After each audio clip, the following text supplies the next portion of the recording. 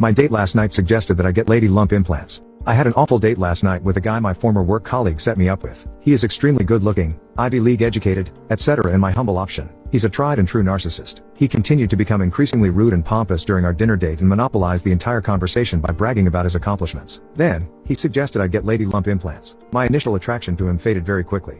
He said, "You know, you could be topless on a beach and no one would even think to look twice. Implants cost a lot less than you probably think. I mean, you don't even look like you're an A-cup." I'm pretty confident, but that remark did hurt my feelings. I'm flat-chested. One of the benefits is that I don't need to wear a bra. I just sat there and stared at him, not saying a word. I just let him ramble on. I signaled to our server that we needed the check.